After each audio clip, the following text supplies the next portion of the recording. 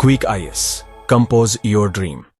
Hello दोस्तों, quick IAS में आपका स्वागत है। 69 बीपीएससी का जो पेपर है वो 30 सितंबर को है और इकोनॉमिक्स की क्लास हमारे चैनल द्वारा आप लोगों को तो लगातार प्रोवाइड कराई जा रही है। सभी सब्जेक्ट की क्लास आपको 1 बाय 1 मिल रही है। आज हम लोग इंडियन इकोनॉमी की क्लास में मुद्रास्फीति के बारे में जानेंगे। इन्फ्लेशन क्या होता है और इन्फ्लेशन के कितने प्रकार होते हैं, कूदती हुई मुद्रास्फीति किसे कहते हैं, रेंगती हुई मुद्रास्फीति किसे कहते हैं, दौड़ती हुई मुद्रास्फीति किसे कहते हैं, कूदती हुई मुद्रास्फीति किसे कहते हैं, हम सब के बारे में यहाँ आज जानेंगे। और मुद्रास्फीति का भारत की अर्थव्यवस्था पे क्या प्रभाव पड़ सकता है, एक असाधारण व्यक्ति के ऊपर क्या प्रभाव पड़ता है, यहाँ सबसे एग्जाम में क्वेश्चन आपसे पूछे जाएंगे। आप लोग चैनल को सब्सक्राइब कर लीजिएगा, बेल आइकन को प्रेस कर लीजिएगा और हमारे चैनल द्वारा इकोनॉमिक्स, हिस्ट्री सारे सब्जेक्ट की क्लास आपको प्रोवाइड कराई जा रही है। तो आप लोग हमारे चैनल को जरूर सब्सक्राइब करिएगा जिससे इस तरह की क्लास आपको लगातार मिलती रहे। हम लोग शुरू करते हैं, इन्फ्लेशन के बारे में जानने का प्रयास करते हैं और बिल्कुल सरल शब्दों में बताएंगे तो आपको बिल्कुल वो याद हो जाएगा कि इन्फ्लेशन कहते किसको है। बहुत सिंपल सा है, इसकी परिभाषा क्या है कि अंग्रेजी भाषा में इन्फ्लेशन का शब्द का अर्थ होता है फैलाव या वृद्धि से। एक अर्थव्यवस्था में वस्तुओं के कीमत स्तर में होने वाली निरंतर वृद्धि को मुद्रास्फीति कहते हैं। जब किसी देश में अर्थव्यवस्था में वस्तुओं की कीमत लगातार बढ़ती जाए, तेजी से ऊपर की ओर बढ़ती जाती है, तो ऐसी स्थिति को इन्फ्लेशन या मुद्रास्फीति कहते हैं। लेकिन वस्तुओं की कीमत में लगातार वृद्धि होती है कब? तो मुद्रास्फीति का जो शाब्दिक अर्थ है वो मुद्रा के मूल्य में कमी होना, अर्थात मुद्रा की क्रय शक्ति में कमी होने की स्थिति को मुद्रास्फीति कहते हैं। इसको बहुत साधारण भाषा में समझना है कि मुद्रा के मूल्य में कमी का मतलब क्या होता है या मुद्रा की क्रय शक्ति में कमी का मतलब क्या होता है। अगर हम कोई वस्तु खरीदते हैं तो मुद्रा को हम दे करके उसको क्रय करते हैं तो उसकी कहते हैं क्रय शक्ति। तो मुद्रा के अंदर क्रय शक्ति की क्षमता होती है, लेकिन मुद्रा के मूल्य में कमी का मतलब ये होता है अगर आप सब लोगों को एक एक बोरा रुपया दे दिया जाए, तो अगर एक एक रुपया बोरा सबको पैसा मिल जाएगा, ऐसी स्थिति में मुद्रा का मूल्य कम हो जाएगा, आपके लिए मुद्रा का वैल्यू कुछ रहेगा ही नहीं। और जब मुद्रा का वैल्यू कुछ नहीं रहेगा, ऐसी स्थिति में लोग क्या करेंगे, उस पैसे का इस्तेमाल वस्तुओं को खरीदने में करेंगे और मार्केट से सारी वस्तुएं गायब हो जाएंगी। तो जब वस्तुएं गायब हो जाएंगी, उत्पादन उतनी स्पीड में हो नहीं रहा है, तो ऐसी स्थिति में वस्तुओं के दाम बढ़ने लगेंगे और मुद्रा का जो है मूल्य गिर जाएगा। हमारे जीवन में मुद्रा का मूल्य का कोई वैल्यू नहीं रह जाएगा। ऐसी स्थिति में हम ज़्यादा खाएंगे और ऐसी पूरी स्थिति को हम कह सकते हैं मुद्रा की स्फीति कहते हैं, अर्थात इन्फ्लेशन कहा जाता है। तो वस्तुओं के दाम तेजी से बढ़ना और मुद्रा के मूल्य में कमी होना या क्रय शक्ति में कमी होना, साधारण भाषा में इसी को कहते हैं मुद्रास्फीति कहा जाता है। ठीक है, आगे बढ़ते हैं, दूसरे शब्दों में समझने का प्रयास करते हैं। तो मुद्रास्फीति वह स्थिति है जिसमें वस्तुओं के मूल्य में वृद्धि होती है। ध्यान दीजिएगा, यहाँ दो बातें याद रखना है, वस्तुओं के मूल्य में वृद्धि होती है तथा मुद्रा का मूल्य गिर जाता है। दो कंडीशन होगी तभी मुद्रास्फीति होगी, इस बात को याद रखना। वस्तुओं के दाम कब बढ़ेंगे? जब मुद्रा के मूल्य गिर जाएंगे और लोग ज़्यादा खाएंगे तो वस्तुओं के दाम तेजी से बढ़ते जाएंगे क्योंकि उत्पादन तेजी से हो नहीं रहा है। जब देश में वस्तुओं और सेवाओं के उत्पादन की तुलना में मुद्रा के प्रचलन में उपेक्षाकृत अधिक वृद्धि होती है तो मुद्रास्फीति अधिक हो जाती है। ठीक है, इसका मतलब है कि वस्तुओं का उत्पादन तो कम हो रहा है, सेवाओं का उत्पादन कम हो रहा है, लेकिन लोगों के पास पैसा इतना ज़्यादा है कि लोग खरीद के उसको खाते जा रहे हैं, उत्पादन कम हो रहा है। तो ऐसी स्थिति में मुद्रास्फीति की स्थिति उत्पन्न होती है। ठीक है, और मुद्रास्फीति इसी को कहा जाता है। ठीक है, मुद्रास्फीति के प्रकार क्या है? तो मुद्रास्फीति कई प्रकार की होती है। पहली है मुद्रास्फीति मांग प्रेरित मुद्रास्फीति। आप इस छोटे से सूत्र के माध्यम से ही पूरी बात समझ जाएंगे। होता क्या है, अगर मांग अधिक हुई, मान लीजिए किसी वस्तु की मांग अधिक हो जाती है, कोई भी वस्तु है, मोबाइल है, चावल है, दाल है, कोई भी वस्तु है, अगर वस्तु की मांग अधिक हो जाती है, ठीक है, तो आपूर्ति कम होती है। क्यों? क्योंकि मांग जनसंख्या के कारण अधिक होती है, लेकिन आपूर्ति कम इसलिए होती है क्योंकि उत्पादन एक अपनी मात्रा के अनुसार होता है, उत्पादन में अचानक वृद्धि नहीं हो सकती है। तो अगर आपूर्ति कम होगी तो वस्तुओं की कीमत में वृद्धि हो जाएगी। क्यों? क्योंकि लोग ज़्यादा खरीदेंगे, तो वस्तुएं कम होंगी तो वस्तुओं के दाम तेजी से बढ़ेंगे, और जब वस्तुओं के दाम बढ़ेंगे तो मुद्रा की क्रय शक्ति में कमी हो जाएगी, मुद्रा का वैल्यू गिर जाएगा। इस स्थिति को मुद्रास्फीति कहते हैं। तो इसी को कहते हैं मांग प्रेरित मुद्रास्फीति। बहुत सिंपल भाषा में इसको समझ लेना है, ठीक है। इसी चीज को यहाँ पर बताया गया है। तो इस सूत्र के माध्यम से आप इसको समझ सकते हैं कि मांग प्रेरित मुद्रास्फीति किसे कहते हैं, ठीक है। दूसरा होता है लागत प्रेरित मुद्रास्फीति, ठीक है।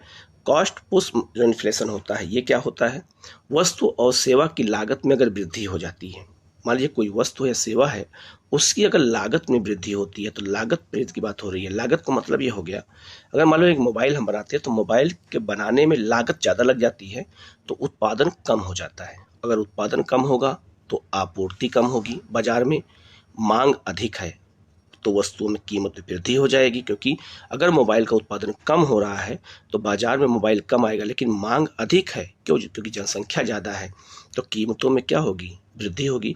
मान लीजिए कि मार्केट में दुकान पे 20 लोग खड़े हैं और मोबाइल है 10 मोबाइल, तो 20 लोगों को आवश्यकता है तो हम दाम बढ़ा देंगे। अब जो सबसे ज़्यादा दाम देगा वही उसको खरीद पाएगा, ठीक है। ऐसी स्थिति में मुद्रा की क्रय शक्ति में कमी हो जाती है और इसे हम मुद्रा की स्फीति इसकी स्थिति कहते हैं, ठीक है। तो ये हो गया लागत प्रेरित मुद्रास्फीति। इस छोटे से सूत्र के माध्यम से आप आसानी से समझ सकते हैं, ठीक है। तीसरी है जो मुद्रास्फीति, उसको कहते हैं रेंगती या मंद स्फीति कहा जाता है। रेंगती हुई मुद्रास्फीति किसे कहते हैं, देखो एक आदमी यहाँ पर रेंगते हुए आगे बढ़ रहा है। जैसे एक बच्चा घुटनों के बल चलता है, तो जब घुटनों के बल अर्थव्यवस्था धीरे धीरे चलती है तो इसे रेंगती हुई मुद्रास्फीति कहा जाता है। इसीलिए इस मैप को दिखाया गया है जिससे आप आसानी से इसको समझ सकें। इसमें क्या होता है, रेंगती हुई मुद्रास्फीति में होता क्या है, अगर किसी वित्तीय वर्ष में मुद्रास्फीति 3% या उससे कम में गति करती है तो उसे रेंगती हुई मुद्रास्फीति कहा जाता है, ठीक है। तो ये विकासशील देशों की विशेषता मानी जाती है। बहुत सिंपल समझना है कि रेंगती हुई मुद्रास्फीति 3% या उससे कम की दर से जब आगे बढ़ती है धीरे धीरे तो उसे रेंगती हुई मुद्रास्फीति कहा जाता है, ठीक है। अब मुझे आशा है कि आप लोग इसको बिल्कुल समझ गए होंगे कि रेंगती हुई मुद्रास्फीति क्या है, और इस मैप के माध्यम से तो आप बिल्कुल समझ गए होंगे। दूसरा है चलती हुई मुद्रास्फीति। जैसे एक आदमी चलता है तो चलती हुई मुद्रास्फीति क्या होती है, जब 3% से 10% के बीच में मुद्रास्फीति होती है तब उसे कहा जाता है, क्या कहते हैं, चलती हुई मुद्रास्फीति कहते हैं, ठीक है। तो 3 से कम है तो रेंगती हुई, 3 से 10 के बीच में है तो चलती हुई मुद्रास्फीति कहलाती है, वॉक करती हुई, ठीक है। आगे है, तो ये बहुत ही डायग्राम इसीलिए बताया गया जिससे आपको चीज़ें बिल्कुल समझ में आ जाएं, ठीक है। इसके बाद है दौड़ती हुई मुद्रास्फीति। जब 10% से अधिक, ठीक है, जब 10% से अधिक मुद्रास्फीति रहती है या फिर 10 से कह सकते हैं कि 20 के बीच में रहती है तो उसे हम दौड़ती हुई मुद्रास्फीति कहते हैं। वो तेजी से दौड़ते हुए आगे बढ़ती है। तो ऐसे स्थिति में क्या होता है, तो बढ़ती हुई कीमतों की दर में तीव्र वृद्धि होती है तो उसे हम दौड़ती हुई मुद्रास्फीति कहते हैं। जब 10 से 20% के बीच होती है, ठीक है, तो उसे हम दौड़ती हुई कहते हैं। नेक्स्ट है कूदती हुई मुद्रास्फीति किसे कहते हैं, तो कूदती मुद्रास्फीति उसे कहा जाता है जब मुद्रास्फीति की दर जो है 20% से अधिक हो जाती है तो कूदते हुए आगे बढ़ती है मुद्रास्फीति, इसे कहते हैं कूदती हुई मुद्रास्फीति कहा जाता है, ठीक है। इसके बाद है अतिस्फीति या हाइपरस्फीति किसे कहते हैं, जबकि स्फीति की दर 3 अंकों में भी अधिक हो जाए तो उसे अतिस्फीति कहा जाता है। इसका मतलब यह हो गया कि 20% से और ज़्यादा हो जाए तो उसे हम हाइपर इन्फ्लेशन कहते हैं। बस इतना बात आपको जानना है, ठीक है। नेक्स्ट है खुली या दबी मुद्रास्फीति। खुली या दबी मुद्रास्फीति कब होती है, जब स्फीति पर किसी प्रकार का नियंत्रण नहीं होता है, मूल्य स्तर स्वतः ऊपर नीचे हो जाए। जब मूल्य स्तर अपने आप ऊपर नीचे होता है तो उसे खुली या दबी मुद्रास्फीति कहा जाता है। सिंपल सा यही है, ठीक है। आगे बढ़ते हैं हम लोग।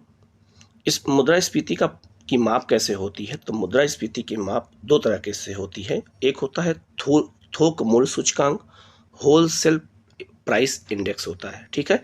तो इसका प्रकाशन कौन करता है, आर्थिक सलाहकार कार्यालय के द्वारा, जो वाणिज्य और उद्योग मंत्रालय के अंतर्गत काम करता है। तो मुद्रास्फीति की माप थोक मूल्य सूचकांक के द्वारा की जाती है और थोक मूल्य सूचकांक के अंतर्गत केवल वस्तुओं की कीमतों का निर्धारण किया जाता है, सेवाओं को इसमें शामिल नहीं करते हैं। यही क्वेश्चन कई बार पूछा गया है कि थोक मूल्य सूचकांक में किसको शामिल किया जाता है, तो केवल वस्तुओं को, सेवाओं को शामिल नहीं करते हैं। होटल या फिर बैंकिंग, बीमा, इन सबको शामिल नहीं किया जाता है। पर्यटन को केवल वस्तुओं को शामिल करते हैं किसमें, थोक मूल्य सूचकांक में, मुद्रास्फीति की माप करने में। ठीक है, मुद्रास्फीति क्या रखेगा, जो थोक मूल्य सूचकांक है इसका आधार वर्ष क्या है, तो 2011 और 12 है। ये भी क्वेश्चन एक बार आया हुआ है, तो आधार वर्ष भी आपको याद रखना है कि थोक मूल्य सूचकांक का आधार वर्ष क्या है। इसके बाद दूसरा है उपभोक्ता मूल्य सूचकांक, और उपभोक्ता मूल्य सूचकांक जो है एक नया बनाया गया है, उसे हम नव उपभोक्ता मूल्य सूचकांक कहते हैं। तो 2001 में डॉक्टर सी रंगराजन की अध्यक्षता में गठित राष्ट्रीय सांख्यिकी आयोग ने अपनी रिपोर्ट में पाया कि श्रम ब्यूरो द्वारा जारी उपयुक्त सूचकांक एक विशिष्ट वर्ग से संबंधित है, इसलिए कीमत स्तर में भिन्नताओं का पता लगाना कठिन है। तो याद रखिएगा, एक नया उपभोक्ता मूल्य सूचकांक जारी किया गया, तो इसे जारी कौन करता है, तो केंद्रीय सांख्यिकी संगठन ने खुदरा मूल्य पर आधारित 3 नए उपभोक्ता मूल्य सूचकांक को 2011 से प्रारंभ किया है। ठीक है, तो जो 3 उपभोक्ता मूल्य सूचकांक है वो कौन कौन से हैं, एक है आपका उपभोक्ता मूल्य सूचकांक ग्रामीण क्षेत्रों का, एक उपभोक्ता मूल्य सूचकांक शहरी क्षेत्र का, और एक उपभोक्ता मूल्य सूचकांक संयुक्त रूप से। यही तीनों हमें याद रखना है। ठीक है, इसके बाद मुद्रा संकुचन क्या होता है या मुद्रा विस्फीति क्या होता है, तो ये मुद्रा संकुचन जो है, मुद्रा इन्फ्लेशन जो हम कह सकते हैं मुद्रास्फीति है, तो मुद्रास्फीति का ठीक उल्टा मुद्रा संकुचन कहलाता है। तो मुद्रा संकुचन में क्या होता है, तो मुद्रा संकुचन वह स्थिति है जिसमें मुद्रा का मूल्य बढ़ जाता है। वहाँ घटता था तो यहाँ क्या हो रहा है, बढ़ जाता है, और वस्तुओं का मूल्य घट जाता है। वास्तव में मुद्रा संकुचन भी मूल रूप से सरकारी नीति के कारण ही होता है। तो मुद्रास्फीति का मतलब होता है कि मुद्रा के मूल्य में कमी होना, और संकुचन का मतलब होता है मुद्रा के मूल्य में वृद्धि होना। ठीक है, तो ये 2 बातें याद रखना। और यहाँ वस्तुओं के दाम घट जाते हैं, जबकि इन्फ्लेशन में वस्तुओं के दाम बढ़ जाते हैं। ये बातें हमें याद रखना है। ठीक है, अब ये भी हमें ध्यान देना है कि मुद्रा स्फीति और मुद्रा संकुचन में दोनों के कारण किस पर क्या प्रभाव पड़ता है। अब हम लोग पहले इसको देख लेते हैं। ठीक है, अब आप लोग इसको देखिएगा कि मुद्रा स्फीति और मुद्रा संकुचन का प्रभाव क्या होता है। तो ये वर्ग है, और ये मुद्रा स्फीति बढ़ने पर और मुद्रा संकुचन के बढ़ने पर क्या होता है। तो जो उत्पादक वर्ग होता है, उत्पादक वर्ग जो होता है, उसे लाभ प्राप्त होता है मुद्रास्फीति में, लेकिन मुद्रा संकुचन में हानि होती है। व्यापारी वर्ग को भी लाभ होता है और मुद्रा संकुचन में हानि होती है। इसके अलावा जो निश्चित आय के वाले लोग हैं उनको हानि होती है, जबकि संकुचन में लाभ होता है। जिसको मान लो फिक्स है, जिनकी आय, उनके लिए नुकसान है। अनिश्चित आय वालों के लिए ये लाभ होता है मुद्रास्फीति, जबकि मुद्रा संकुचन हानि पहुंचाता है। इसके बाद आपसे पूछा जाएगा, जो ऋणी वर्ग है, जो ऋण लेता है, तो मुद्रास्फीति होने पर उसे लाभ होता है, जबकि मुद्रा संकुचन होने पर उसे हानि होती है। ऋणदाता, जो ऋणदाता होता है उसे तो हानि होती है, लेकिन लाभ किसको होता है, मुद्रा संकुचन की स्थिति में। और जो श्रमिक होते हैं उन्हें मुद्रास्फीति की स्थिति में हानि होती है और मुद्रा संकुचन में लाभ होता है। तो बेटा ये ऐसे क्वेश्चन आपसे एग्जाम में पूछे जाते हैं कि किसको लाभ होता है और किसको नुकसान होता है, तो यहाँ क्वेश्चन हमसे गलत होने का चांस ज़्यादा होता है। ठीक है, इसके अलावा अगर हम बात करें उपभोक्ता की, तो स्थिर आय वालों को हानि होती है मुद्रास्फीति से और संकुचन से लाभ होता है, जबकि अस्थिर वालों को इसका ठीक उल्टा होता है। जो लोग बचत करते हैं उनमें कमी आती है मुद्रास्फीति में और संकुचन में वृद्धि होती है। सार्वजनिक ऋण के मामले में यहाँ वृद्धि होगी तो यहाँ कमी होगी। सर्वाधिक सार्वजनिक व्यय में यहाँ वृद्धि होगी, यहाँ कमी होगी। अगर आयात की बात करें तो आयात में वृद्धि होगी और संकुचन में कमी होगी, जबकि निर्यात में यहाँ कमी होगी। तो ये क्वेश्चन ये भी आपसे पूछा जाएगा कि अगर आयात किया जाता है तो मुद्रास्फीति में क्या होगा, तो वृद्धि होगी और निर्यात में कमी आ जाएगी। ठीक है, तो ऐसे ही क्वेश्चन आपसे एग्जाम में वहाँ पूछे जाते हैं, इसलिए हमें इसको बहुत अच्छे से देखने की ज़रूरत है। हम लोग आगे बढ़ते हैं। नेक्स्ट है आपका मुद्रा अस्फीति किसे कहते हैं। तो मुद्रा संकुचन देश में मंदी की स्थिति उत्पन्न करती है, जबकि मुद्रा अस्फीति कीमत स्तर में सामान्य अवस्था में लाने में सहायक होती है। तो ये मंदी को दूर करने में काम करती है, ठीक है। तो उसे मुद्रा हम अस्फीति कहते हैं, ठीक है। इससे क्या होता है कि मुद्रा जो अस्फीति होती है उसे नियोजित रूप से एक नीति के अनुसार तय की जाती है, जबकि मुद्रा संकुचन की स्थिति स्वयं उत्पन्न होती है। और उसी तरह से मुद्रा अस्फीति देश की आर्थिक स्थिति में सुधार के लिए होती है, जबकि मुद्रा संकुचन से देश को हानि होती है, ठीक है। तो अस्फीति लाई जाती है कब? जब अर्थव्यवस्था को ठीक करना होता है। इसके अलावा है मुद्रा संस्फीति। क्या होता है? रिफ्लेक्शन क्या कहते हैं? तो मुद्रा संस्फीति एक प्रकार से नियंत्रित मुद्रास्फीति होती है।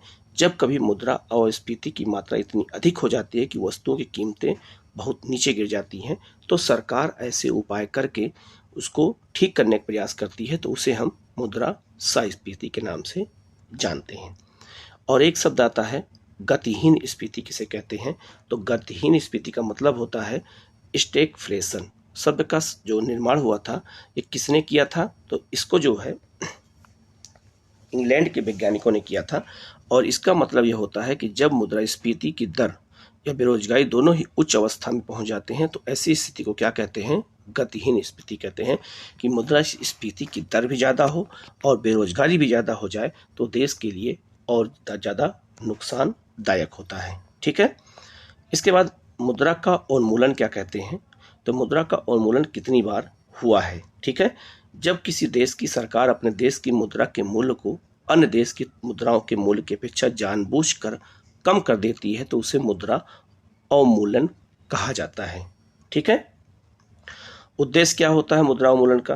तो भुगतान संतुलन को अनुकूल बनाना, आयात को कम करना और निर्यात में वृद्धि करने के लिए मुद्रा का उन्मूलन किया जाता है। अर्थात अपने मुद्रा अन्य देशों की तुलना में अपने मुद्रा को जानबूझ करके उसके वैल्यू को कम कर दिया जाता है, ठीक है। भारत में कब तक 3 बार जो है याद रखिएगा, पूछा जाएगा कि भारत में कितनी बार मुद्रा का उन्मूलन किया गया है? तो भारत में 3 बार किया गया है। पहली बार 1949 में जब पंडित जवाहरलाल नेहरू प्रधानमंत्री थे। दूसरी बार 1966 में जब लाल बहादुर शास्त्री थे। और तीसरी बार 1991 में जब सी.वी. चंद्रशेखर प्रधानमंत्री थे। तो 3 बार हमारे यहाँ मुद्रा का उन्मूलन किया गया है, ठीक है।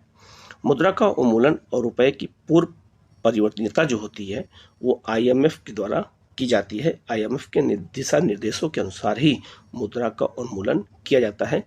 ये भी एग्जाम में आपसे पूछा जाएगा, ठीक है। पहला क्वेश्चन है, हम लोग क्वेश्चन देख लेते हैं। निम्न में से कौन मुद्रास्फीति से सबसे अधिक लाभ प्राप्त करता है? अभी मैंने आपसे बताया अगर मुद्रास्फीति हो जाए तो कौन सा वर्ग है जिसे सबसे अधिक लाभ होगा? जो ऋणी होगा उसको सबसे अधिक लाभ होगा, ठीक है। दूसरा है निम्नलिखित में से कौन सा मुद्रास्फीति के नियंत्रण की विधि नहीं है? तो मुद्रा कौन सी ऐसी स्थिति है जो मुद्रास्फीति को नियंत्रित नहीं करती है? तो ब्याज दर को कम करना, ये इसका प्रयोग नहीं होता है। तीसरा है भारत में मुद्रास्फीति मापने का सबसे लोकप्रिय माप क्या है? तो भारत में मुद्रास्फीति का सबसे प्रमुख लोकप्रिय माप जो है वो है आपका थोक मूल्य सूचकांक, ठीक है। नेक्स्ट क्वेश्चन है मुद्रास्फीति की दरें किस सूचकांक पर आधारित होती हैं? तो मुद्रा की जो स्फीति की जो दर होती है याद रखिएगा ये आपका थोक मूल्य सूचकांक पर आधारित होती हैं। मुद्रास्फीति का कारण क्या होता है? तो जो मुद्रास्फीति का कारण होता है वो याद रखिएगा वो वस्तुओं का मूल्य का बढ़ना और मुद्रा के मूल्य का गिरना। तो इसका आंसर हो जाएगा डी, ए और बी दोनों। तो जब वस्तुओं का मूल्य बढ़ जाए और मुद्रा का मूल्य गिर जाता है तो इसी को मुद्रास्फीति कहते हैं, ठीक है। और नेक्स्ट क्वेश्चन है कोर मुद्रास्फीति को परिभाषित कीजिए। तो कोर मुद्रास्फीति किसे कहते हैं? तो जब जो है खाद्य मुद्रास्फीति और ईंधन मुद्रास्फीति से, ठीक है, तो इसी को कोर मुद्रास्फीति कहते हैं। तो इसका आंसर हो जाएगा बी। तो ये बहुत महत्वपूर्ण क्वेश्चन थे, मैंने इनका चर्चा किया। वीडियो कैसा लगा कमेंट करके जरूर बताइएगा। अगर किसी क्वेश्चन में कोई डाउट हो तो आप पूछिएगा, उसका जवाब आपको दिया जाएगा। Okay, thank you.